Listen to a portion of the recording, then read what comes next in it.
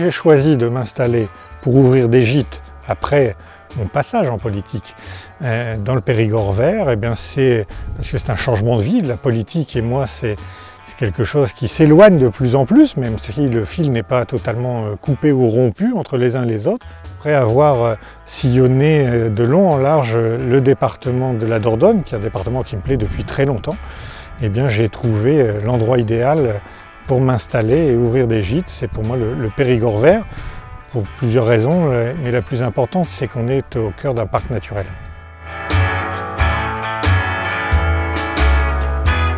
Ce changement était un peu précipité en 2014, quand a éclaté l'affaire des comptes de campagne de Nicolas Sarkozy, sur la campagne de 2012. Mais j'avais ça dans un coin de la tête pour le faire un jour. Alors ça aurait peut-être été dans 10 ans ou dans 15 ans. Ça sera un des effets bénéfiques de cette histoire qui m'est tombée sur la tête à une puissance inimaginable. Je suis prêt à payer pour les fautes que la justice voudra retenir contre moi. Je n'ai pas d'angoisse particulière là-dessus. Je sais ce que j'ai fait, mais je sais aussi ce que je n'ai pas fait. Et je sais ce que les autres ont fait, et je sais aussi ce qu'ils n'ont pas fait, donc on verra. Alors que ça fait plus de 2 ans et demi, presque 3 ans, que toute la procédure est terminée. On va de recours en recours, qui sont des recours dilatoires, pour essayer de faire gagner du temps pour les uns et les autres. Moi, ça ne m'intéresse pas.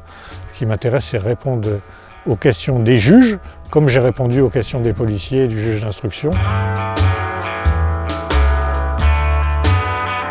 Si je replonge dans la politique, ce ne sera pas en Dordogne, ce sera uniquement au niveau local chez moi, dans ma ville de naissance et de cœur qui s'appelle Saint-Quentin, dans l'Aisne, dans les Hauts-de-France. Je soutiens et je continue de soutenir la politique du président de la République Emmanuel Macron.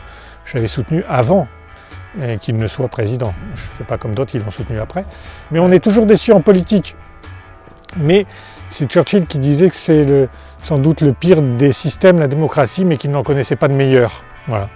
Ça fait partie du jeu. Moi, je préfère avoir la possibilité d'être déçu, parfois être agréablement surpris, mais plutôt que de ne jamais avoir mon mot à dire. Et quand on n'a pas son mot à dire, ça s'appelle une dictature.